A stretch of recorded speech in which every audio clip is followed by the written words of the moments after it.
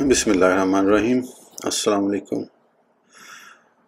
اس video میں ہم تفسیر ابن کثیر جلد دوم یعنی والیوم 2 کو شروع کریں گے انشاءاللہ تعالی۔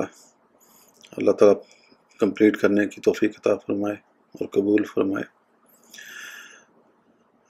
اس سے پہلے اگر آپ نے سبسکرائب نہیں کیا تو سبسکرائب کر لیں اور بیل آئیکن پریس کر دیں، اور اس کو زیادہ سے زیادہ شیئر کیا کریں۔ شیئر کرنے کا بھی ثواب ہوگا آپ کو، جتنے لوگ سنیں گے، جو شیئر جس نے کیا ہے آگے پہنچایا ہے اس کو بھی ثواب ملے گا۔ تو شروع کرتے ہیں سورہ مائدہ۔ سورہ مائدہ مدنی ہے اور اس کی آیات کی تعداد 120 ہے۔ حضرت اسمہ بنت یزید رضی اللہ عنہ فرماتی ہیں کہ میں رسول اللہ صلی اللہ علیہ وسلم کی اونٹنی عذبہ کی مہار تھامے ہوئے تھی جب آپ صلی اللہ علیہ وسلم پر مکمل سورہ مائدہ اتری۔ یوں محسوس ہوتا تھا کہ اس کے بوجھ سے اونٹنی کے بازو ٹوٹ جائیں گے۔ عمر رضی اللہ عنہ اپنے چچا سے روایت کرتی ہیں کہ وہ سفر میں رسول اللہ صلی اللہ علیہ وسلم کے ساتھ تھے کہ آپ صلی اللہ علیہ وسلم پر سورہ مائدہ نازل ہوئی۔ یوں لگتا تھا کہ وحی کے بوجھ سے گویا اونٹنی کی گردن ٹوٹ گئی۔ حضرت عبداللہ بن عمر رضی اللہ عنہ سے روایت ہے کہ رسول اللہ صلی اللہ علیہ وسلم اونٹنی پر سوار تھے تو اس وقت سورہ مائدہ آپ صلی اللہ علیہ وسلم پر نازل کی گئی۔ اونٹنی کے لیے وحی کے بوجھ کے سبب آپ صلی اللہ علیہ وسلم کو اٹھانا مشکل ہو گیا، اس لیے آپ صلی اللہ علیہ وسلم اس سے نیچے اتر گئے۔ حضرت عبداللہ بن عمر رضی اللہ عنہما سے روایت ہے کہ سب سے آخر میں جو سورت اتری وہ سورہ مائدہ اور فتح ہے۔ حضرت ابن عباس رضی اللہ عنہما فرماتے ہیں کہ سب سے آخر میں جو سورت نازل ہوئی ہے وہ اذا جاء نصر اللہ والفتح ہے۔ حضرت جبیر بن نفیر رحمۃ اللہ علیہ فرماتے ہیں کہ مجھے حج کی سعادت نصیب ہوئی۔ وہاں میں حضرت عائشہ رضی اللہ عنہ کی خدمت میں حاضر ہوا تو آپ رضی اللہ عنہ نے مجھ سے پوچھا، اے جبیر، کیا تم سورہ مائدہ پڑھتے ہو؟ میں نے عرض کی جی ہاں۔ تو آپ رضی اللہ عنہ نے فرمایا، یاد رکھو سب سے آخر میں نازل ہونے والی یہی صورت ہے۔ اس میں جس چیز کو حلال پاؤ اسے حلال جانو، اور جو چیز تم اس میں حرام پاؤ بس اسی کو حرام سمجھو۔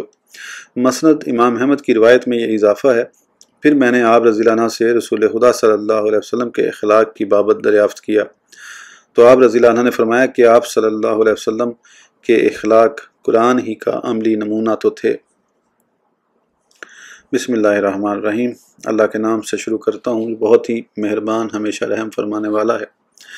یا ایھا الذین آمنوا اوفوا بالعقود احلت لکم بہیمۃ الانعام الا ما یتلی علیکم غیر محل الصید وانتم حرم ان اللہ یحکم ما یرید یا ایھا الذین آمنوا لا تحلوا شعائر اللہ ولا الشہر الحرام ولا الہدی ولا القلائد ولا آمین البیت الحرام یبتغون فضلا من ربہم ورضوانا وَإِذَا حَلَلْتُمْ فَاصْطَادُوا وَلَا يَجْرِمَنَّكُمْ شَنَآنُ قَوْمٍ أَن صَدُّوكُمْ عَنِ الْمَسْجِدِ الْحَرَامِ أَن تَعْتَدُوا وَتَعَاوَنُوا عَلَى الْبِرِّ وَالتَّقْوَىٰ وَلَا تَعَاوَنُوا عَلَى الْإِثْمِ وَالْعُدْوَانِ وَاتَّقُوا اللَّهَ إِنَّ اللَّهَ شَدِيدُ الْعِقَابِ۔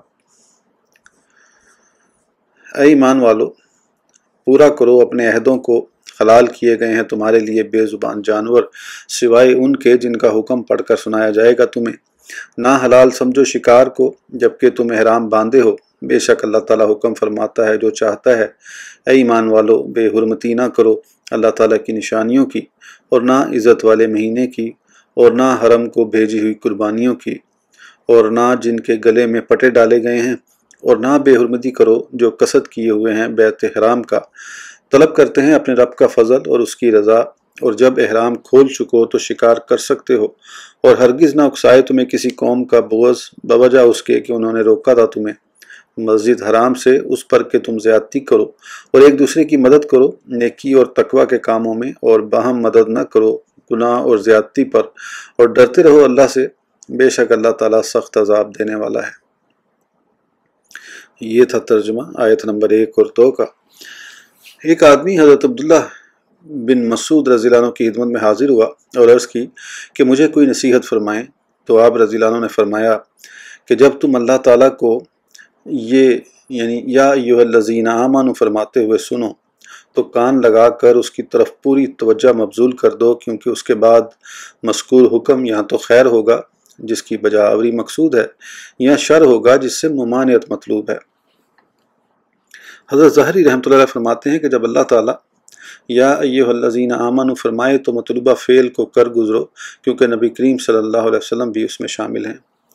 حضرت خثیمہ فرماتے ہیں کہ قرآن کریم نے اہل ایمان کو یہ کہہ کر مخاطب فرمایا ہے یا ایھا الذین آمنوا، جبکہ تورات میں اس کی بجائے یا ایھا المساکین کے الفاظ سے خطاب ہے۔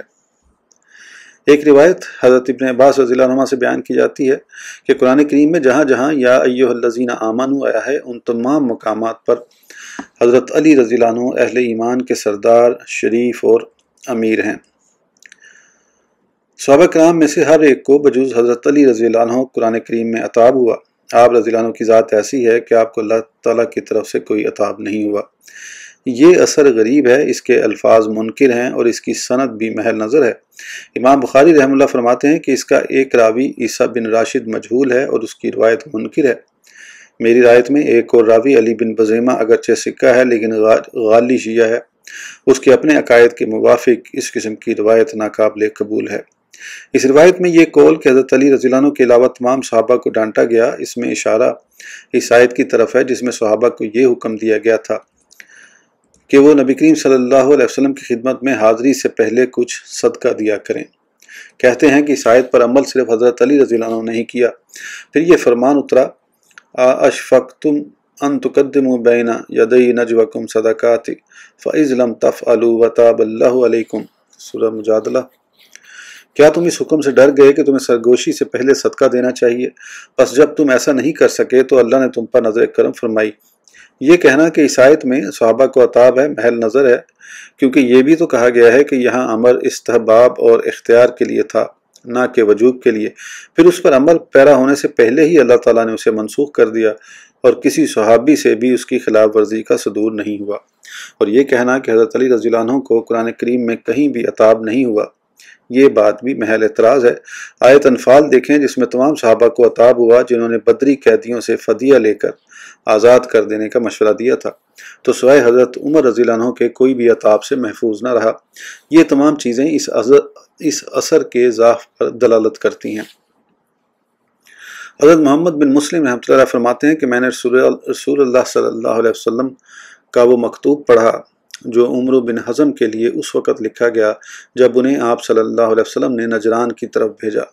یہ مکتوب ابی بکر بن حزم کے پاس تھا، اس میں تحریر تھا، یہ اللہ اور اس کے رسول صلی اللہ علیہ وسلم کی طرف سے بیان ہے، یا ایھا الذین آمنوا اوفوا بالعقود۔ اس میں ان اللہ سریع الحساب تک آیات لکھی ہوئی تھیں۔ حضرت ابوبکر بن محمد بن عمرو بن حزم نے بتایا کہ رسول اللہ صلی اللہ علیہ وسلم کا وہ گرامی نامہ ہمارے پاس موجود تھا جو آپ صلی اللہ علیہ وسلم نے عمرو بن حزم کو یمن روانہ کرتے ہوئے تحریر کر کے دیا تھا تاکہ وہ اس کے مطابق وہاں کے لوگوں کو دین سمجھائیں، حدیث کی تعلیم دیں اور صدقات وصول کریں۔ اس وقت یہ مکتوب لکھ کر دیا تھا جس میں احکام اور عہد و پیمان کا اندراج تھا۔ آپ صلی اللہ علیہ وسلم نے تحریر فرمایا، بسم اللہ الرحمن الرحیم، یہ اللہ اور اس کے رسول صلی اللہ علیہ وسلم کی کتاب ہے، یا ایھا الذین آمنوا اوفوا بالعقود، اور محمد رسول اللہ صلی اللہ علیہ وسلم کی طرف سے عمرو بن حزم کے لیے عہد ہے۔ جب انہیں یمن بھیجا تمام معاملات میں انہیں اللہ سے ڈرنے کا حکم ہے، کیونکہ اللہ تعالیٰ ان کے ساتھ ہے جو تقوی اختیار کرتے ہیں اور اچھے کام کرتے ہیں۔ اوفوا بالعقود، حضرت ابن عباس رضی اللہ عنہما، مجاہد رحمۃ اللہ علیہ وغیرہ کہتے ہیں کہ عقود سے مراد عبود ہیں۔ ابن جریر نے اس پر اجماع نقل کیا ہے، کہتے ہیں کہ عقود سے مراد وہ تمام عہد ہیں جن کی پابندی کرنے کا لوگ عزم کر لیتے ہیں، خواہ یہ قسمیاں ہوں یا غیر قسمیاں۔ حضرت ابن عباس رضی اللہ عنہ سے یہ بھی مروی ہے کہ عقود سے مراد اللہ تعالیٰ کے ساتھ کیے ہوئے عہد ہیں۔ اس کا مطلب ہے کہ اوپر یہ عبود نہیں عقود تھا، وہ اس طرح ہوا، وہ پرنٹنگ میں ہے کہ وہ پڑھنے میں غلطی ہو گئی اس وقت۔ حضرت ابن عباس رضی اللہ عنہ سے یہ بھی مروی ہے کہ عقود سے مراد اللہ تعالیٰ کے ساتھ کیے ہوئے عہد ہیں، یعنی حلال و حرام، فرائض اور حدود جن کا ذکر قرآن کریم میں ہوا ہے، انہیں پامال نہ کرو اور نہ ان میں عہد شکنی کرو، بلکہ اس سے بھی شدید حکم سنیے۔ والذین ینقضون عہد اللہ من بعد میثاقہ ویقطعون ما امر اللہ بہ ان یوصل ویفسدون فی الارض اولئک لہم اللعنۃ ولہم سوء الدار، سورہ رعد۔ اور وہ لوگ جو توڑتے ہیں اللہ سے کیے ہوئے وعدے کو اسے پختہ کرنے کے بعد اور کاٹتے ہیں ان رشتوں کو جن کے متعلق حکم دیا ہے اللہ تعالیٰ نے کہ انہیں جوڑا جائے، اور فتنہ و فساد برپا کرتے ہیں زمین میں، یہی لوگ ہیں جن پر لعنت ہے اور ان کے لیے برا گھر ہے۔ حضرت ضحاک رحمۃ اللہ علیہ فرماتے ہیں کہ اوفو بالعقود سے مراد یہ ہے کہ اللہ تعالیٰ کے حلال و حرام اور اس عہد کو ایفا کرنا جو ایمان لانے کے بعد ہر مومن کے ذمہ آ جاتا ہے، اور اسی طرح تمام فرائض حلال و حرام کی پابندی کرنا۔ زید بن اسلم کہتے ہیں کہ عقود کی 6 اقسام ہیں۔ نمبر 1 اللہ کے ساتھ کیا ہوا عہد، نمبر 2 آپس میں یکجہتی کا قسمیہ عہد، نمبر 3 مشارکت کا عہد، نمبر 4 بیع کا عہد، نمبر 5 نکاح کا عہد، نمبر 6 قسمیہ عہد۔ محمد بن کعب کہتے ہیں کہ عقود 5 ہیں جن میں زمانہ جاہلیت کے حلف اور تجارت میں مشارکت کے عہد و پیمان شامل ہیں۔ وہ حضرات جو یہ کہتے ہیں کہ بیع و شرع مکمل ہو جانے کے بعد مجلس بیع برخاست ہو جانے سے پہلے اور خرید و فروخت کرنے والوں کے جدا ہونے سے پہلے بھی چیز کو واپس لوٹانے کا اختیار نہیں، وہ اس آیت اوفوا بالعقود سے استدلال کرتے ہیں۔ ان کا یہ کہنا ہے کہ یہ آیت صرف عقد بیع کے لزوم اور ثبوت پر دلالت کرتی ہے اور خیار مجلس کی نفی کا تقاضا کرتی ہے۔ امام ابو حنیفہ اور امام مالک رحمہم اللہ کا یہی مسلک ہے۔ شخص کی مثل اجر ملے گا۔ یہاں پر 2 پیج مس ہیں، 14 اور 15 نمبر پیج، جس نے بک سکین کی ہے تو ان سے مس ہو گئے، تو اس کا ہم ابھی میرے پاس کوئی اور ایسی بک نہیں ہے جہاں سے میں لے کے اس کو کمپلیٹ کروں، تو کنٹینیو کرتے ہیں آگے کیونکہ اسی کی تفسیر چل رہی ہے، پہلی 2 آیتوں کی ابھی۔ اسی لیے جب حضور صلی اللہ علیہ وسلم حج کے ارادے سے نکلے تو آپ صلی اللہ علیہ وسلم نے ذوالخلیفہ وادی عقیق میں رات گزاری۔ صبح ہوئی تو آپ صلی اللہ علیہ وسلم باری باری اپنی ازواج کے پاس گئے، ان کی تعداد 9 تھی، پھر غسل کیا، خوشبو لگائی اور 2 رکعتیں ادا کی، پھر اپنی خودی کی کوہان پر نشان لگایا اور گلے میں پٹر ڈالا اور حج اور عمرے کا احرام باندھا۔ آپ صلی اللہ علیہ وسلم کے پاس قربانی کے 60 سے زائد بڑے خوش شکل اور خوش رنگ اونٹ تھے، جیسا کہ قرآن کہتا ہے وَمَن يُعَظِّمْ شَعَائِرَ اللَّهِ فَإِنَّهَا مِن تَقْوَى الْقُلُوبِ سورہ حج۔ اور جو ادب و احترام کرتا ہے اللہ تعالیٰ کی نشانیوں کا تو یہ اس وجہ سے ہے کہ دلوں میں تقوی ہے۔ بعض سلف کہتے ہیں کہ تعظیم سے مراد یہ ہے کہ قربانی کے جانوروں کی خوب دیکھ بھال کی جائے، خوب کھلایا پلایا جائے اور موٹا تازہ کیا جائے۔ حضرت علی رضی اللہ عنہ فرماتے ہیں کہ ہمیں رسول اللہ صلی اللہ علیہ وسلم نے حکم دیا کہ ہم قربانی کے جانوروں کی آنکھیں اور کان دیکھ بھال کر خریدیں۔ والقلائدہ یعنی انہیں بھی حلال نہ سمجھو۔ اہل جاہلیت کا یہ دستور تھا کہ جب وہ حرام مہینوں کے علاوہ کسی مہینے میں اپنے وطن سے نکلتے تو بالوں اور اون کا پٹا ڈال لیتے، جبکہ حرم میں رہنے والے مشرکین اپنے اوپر حرم کے درختوں کی چھال لپیٹ لیتے۔ اس طرح باقی لوگ انہیں امن دے دیتے اور کوئی گزند نہ پہنچاتا۔ حضرت ابن عباس رضی اللہ عنہما سے مروی ہے کہ اس صورت کی 2 آیتیں منسوخ ہیں، ایک آیت قلائد اور دوسری یہ آیت فَإِن جَاءُوكَ فَاحْكُم بَيْنَهُمْ أَوْ أَعْرِضْ عَنْهُمْ سورہ مائدہ۔ حضرت حسن بصری رحمۃ اللہ علیہ سے پوچھا گیا کہ کیا سورہ مائدہ میں سے کوئی آیت منسوخ ہے؟ فرمایا نہیں۔ حضرت عطا رحمہ اللہ کہتے ہیں کہ وہ لوگ حرم کے درختوں سے قلادہ بنا کر پہن لیتے تھے، اس طرح وہ لوگوں کی ایذا سے معمون رہتے، چنانچہ اللہ تعالیٰ نے حرم کے درختوں کو کاٹنے کی ممانعت فرما دی۔ وَلَا آمِنَ الْبَيْتَ الْحَرَامَ يَبْتَغُونَ فَضْلًا مِّن رَبِّهِمْ وَرِضْوَانًا جو لوگ بیت اللہ کے ارادے سے نکلیں ان کے ساتھ لڑائی کو بھی حلال نہ جانو، اس میں داخل ہونے والا ہر شخص مامون اور محفوظ ہوتا ہے۔ اسی طرح اس شخص سے بھی لڑائی نہ کرو جس نے اللہ کے فضل اور رضا کی طلب میں بیت اللہ کا قصد کیا، ایسے شخص کو نہ تو بیت اللہ سے روکو اور نہ پریشان کرو۔ مجاہد، عطا اور بہت سے حضرات یبتغون فضلا من ربہم سے مراد تجارت لیتے ہیں، یہ ایسے ہی ہے جیسا کہ اس آیت میں ہے لیس علیکم جناح ان تبتغوا فضلا من ربکم سورہ بقرہ، نہیں ہے تم پر کوئی حرج کہ تم تلاش کرو اپنے رب کا فضل یعنی رزق۔ اور رضوان ان کا معنی ہے کہ بیت اللہ کے قصد حج و عمرہ میں اللہ کی رضا جوئی۔ اکرمہ صدی اور ابن جریج کہتے ہیں کہ یہ آیت ختم بن ہند بکری کے بارے میں نازل ہوئی۔ اس شخص نے مدینہ کی چراگاہ پر حلہ بول دیا اور مویشی چرا کر لے گیا۔ اگلے سال جب یہ عمرہ کے ارادے سے بیت اللہ شریف کی طرف جا رہا تھا تو بعض صحابہ رضی اللہ عنہم نے اس کا راستہ روکنا چاہا تو اس پر یہ وحی اتری وَلَا آمِنَ الْبَيْتَ الْحَرَامَ ابن جریر اس بات پر اجماع نقل کرتے ہیں کہ جب کسی مشرک کو مسلمانوں کی امان حاصل نہ ہو تو اسے قتل کرنا جائز ہے، اگرچہ وہ بیت اللہ یا بیت المقدس کے ارادے سے جا رہا ہو۔ ان کے حق میں یہ حکم جو آیت میں ہے منسوخ ہے، البتہ وہ شخص جو وہاں الحاد پھیلانے اور شرک و کفر کے ارادے سے جا رہا ہو اسے ضرور روکا جائے گا، کیونکہ اللہ تعالیٰ فرماتا ہے یا ایھا الذین آمنوا انما المشرکون نجاس فلا یقربوا المسجد الحرام بعد عامہم ھذا، سورۃ توبہ۔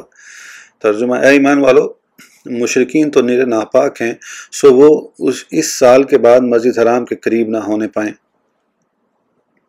اس لیے رسول اللہ صلی اللہ علیہ وسلم نے 9 ہجری میں جب حضرت صدیق اکبر رضی اللہ عنہ کو امیر حج بنا کر بھیجا تھا تو ان کے پیچھے حضرت علی رضی اللہ عنہ کو بھیجا تاکہ وہ بطور نیابت رسول اللہ صلی اللہ علیہ وسلم کی طرف سے برات کا اعلان کر دیں، اور یہ کہ اس سال کے بعد کوئی مشرک حج نہیں کرے گا اور نہ کوئی برہنہ بیت اللہ کا طواف کرے گا۔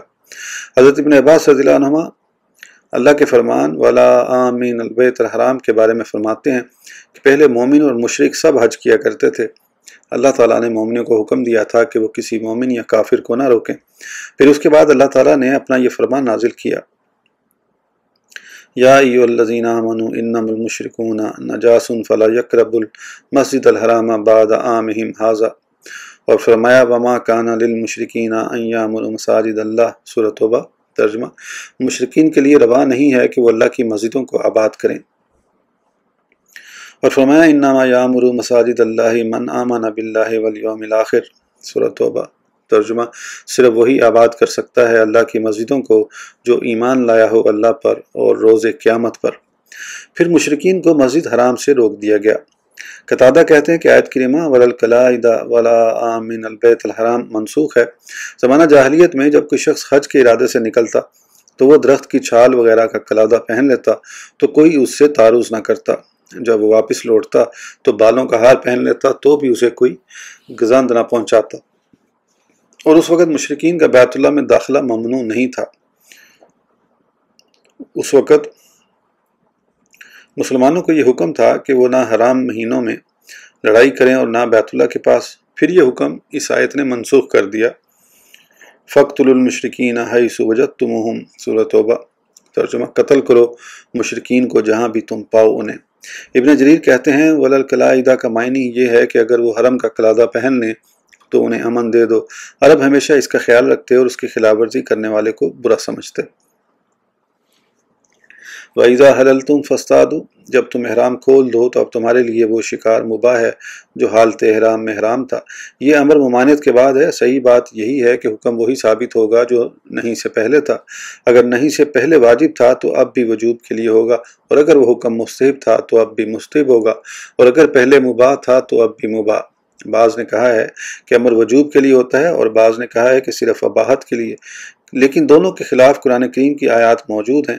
صحیح موقوف جس میں تمام دلائل مل جائیں وہی ہے جو ہم نے بیان کیا۔ اسی طرح بعض علماء اصول نے بھی اسے ہی اختیار کیا ہے۔ وَلَا يَجْرِمَنَّكُمْ شَنَآنُ قَوْمٍ، بعض قراءنے ان صدکم میں ان کے حمزہ کو مفتوح پڑا ہے۔ اس کا معنی ظاہر ہے، یعنی وہ لوگ جو تمہیں مسجد حرام تک پہنچنے سے روکتے تھے ان کے ساتھ بغض تمہیں زیادتی پر برانگیختہ نہ کر دے۔ یہ حدیبیہ والے سال کی بات ہے جب انہوں نے مسلمانوں کو عمرہ کرنے سے روک دیا تھا۔ یہ بلا شبہ زیادتی ہے، لیکن اے مسلمانوں، اس کے باوجود تمہیں یہ زیب نہیں دیتا کہ تم قصاص پر آمادہ ہو کر ان پر زیادتی کرو، بلکہ ہر ایک کے حق میں عدل کا دامن مضبوطی سے تھامے رہو اور اللہ کے حکم کے مطابق فیصلہ کرو، جیسا کہ اس فرمان میں ہے وَلَا يَجْرِمَنَّكُمْ شَنَآنُ قَوْمٍ عَلَىٰ أَلَّا تَعْدِلُوا اعْدِلُوا هُوَ أَقْرَبُ لِلتَّقْوَىٰ، سورہ مائدہ۔ اور ہرگز نہ اکسائے تمہیں کسی قوم کی عداوت اس پر کہ تم عدل نہ کرو، عدل کیا کرو، یہی تقویٰ کے زیادہ نزدیک ہے۔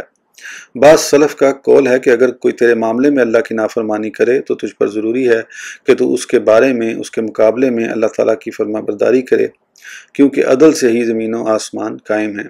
حضرت زید بن اسلم رضی اللہ عنہ سے روایت ہے کہ جب رسول اللہ صلی اللہ علیہ وسلم حدیبیہ کے مقام پر تشریف فرما تھے، مشرکین نے آپ صلی اللہ علیہ وسلم کو اور آپ صلی اللہ علیہ وسلم کے صحابہ رضی اللہ عنہم کو بیت اللہ شریف سے روک رکھا تھا، اور یہ صورتحال صحابہ رضی اللہ عنہم کے لیے سخت تشویش اور تکلیف کا باعث بنی ہوئی تھی۔ تو مشرق سے چند مشرک جو عمرہ کے ارادے سے جا رہے تھے صحابہ رضی اللہ عنہم کے پاس سے گزرے تو وہ کہنے لگے کہ جیسے ان کے ساتھی مشرکین نے ہمیں روکا ہے اس طرح ہم بھی انہیں روکیں گے، تو اس وقت یہ آیت اتری۔ شنان کا معنی ہے بغض، یہ مصدر ہے، اس کے تمام حروف متحرک ہیں، بعض نے پہلی نون کو ساکن کر کے بھی پڑھا ہے، یعنی مجھے علم نہیں کہ کس قاری نے اس طرح پڑھا ہو۔ ہاں شعر میں ایسا ممکن ہے جیسا کہ یہ شعر ہے، وَمَا الْعَيْشُ إِلَّا مَا يُحِبُّ مَا يُشْتَهَى وَإِنْ لَامَ فِيهِ ذُشْنَانِ وَفَنَّدَ وَتَعَاوَنُوا عَلَى الْبِرِّ وَالتَّقْوَى۔ بر کا معنی ہے نیک کام کرنا اور تقوی کا معنی ہے برائیوں کو ترک کر دینا۔ اللہ تعالیٰ اپنے بندوں کو نیکی اور تقوی میں تعاون کا حکم دیتا ہے اور باطل، گناہ اور محارم میں باہمی تعاون سے اپنے بندوں کو منع فرماتا ہے۔ عصم سے مراد ہے اس کام کو ترک کر دینا جس کے کرنے کا اللہ تعالیٰ نے حکم دیا ہو، اور اللہ تعالیٰ کے فرائض سے تجاوز کرنے کا نام عدوان ہے۔ حضرت انس بن مالک رضی اللہ عنہ سے روایت ہے کہ رسول اللہ صلی اللہ علیہ وسلم نے فرمایا، اپنے بھائی کی مدد کرو خواہ ظالم ہو یا مظلوم۔ عرض کی گئی یا رسول اللہ صلی اللہ علیہ وسلم، مظلوم کی مدد کرنے کی بات تو سمجھ میں آتی ہے، لیکن ظالم کی کیسے مدد کریں؟ فرمایا اسے اس کے ظلم سے باز رکھیں، یہی اس کی مدد ہے۔ حضور نبی کریم صلی اللہ علیہ وسلم فرماتے ہیں، وہ مومن جو لوگوں کے ساتھ مل جل کر رہتا ہے اور ان کی ایذا رسانی پر صبر کرتا ہے، وہ اس شخص سے بہتر ہے جو لوگوں سے مل جل کر نہیں رہتا اور نہ ہی ان کی ایذاؤں پر صبر کرتا ہے۔ فرمایا الدال علی الخیر کفاعلہ، خیر کی طرف رہنمائی کرنے والا ایسا ہی ہے جس طرح اسے انجام دینے والا۔ اس کی معید یہ حدیث بھی ہے، جس نے ہدایت کی دعوت دی تو اسے قیامت تک اس پر عمل پیرا ہونے والوں کا سا اجر ملتا رہے گا، جبکہ ان کے اجر میں ذرا بھی کمی نہیں ہوگی، اور جس نے گمراہی کی طرف لوگوں کو بلایا تو قیامت تک جس قدر لوگ اس کی پیروی کرتے رہیں گے اسے ان کے برابر گناہ پہنچتے رہیں گے اور ان کے گناہوں میں بھی کوئی کمی نہ ہوگی۔ حدیث میں آتا ہے، وہ شخص جو کسی ظالم کے ساتھ اس کی اعانت کے لیے چلا حالانکہ اسے معلوم ہے کہ یہ ظالم ہے، وہ دائرہ اسلام سے خارج ہو گیا۔ اس ویڈیو کے لیے اتنا ہی، پھر انشاءاللہ اگلی ویڈیو میں آگے کنٹینیو کریں گے۔ اس وقت تک کے لیے اجازت دیجیے، سبسکرائب کرنا نہ بھولیں۔ اللہ حافظ۔